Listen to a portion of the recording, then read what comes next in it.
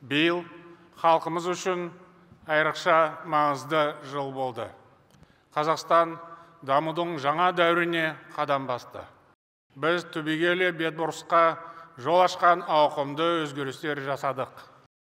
Конституциялық реформаны жүзеге асырдық. Мемлекетіміздің ең басты салаларын жан-жақты жаңғырттық. Соның арқасында халықтың болашаққа деген үміті артып, сенімі нығая түсті. Мен аймақтарды аралап, тұрғындармен кездескенде бұған айқын көз жеткіздім. Сондай-ақ өткен референдум тың бастамаларды жұртымыздың жаппай қолдайтынын көрсетті. Халықтың дұрыс бағыттағы өзгеріске ұмтылысы жұмысқа зор серпін берді. Біз реформаларды соңына дейін міндетті түрде жеткізуіміз қажет. Конституцияның жаңа талабына сәйкес, бұдан былай президент 7 жылдық бір мерзімге ғана сайланады. Осылайша саясаткерлердің жаңа буыны билік басына келе бастайды.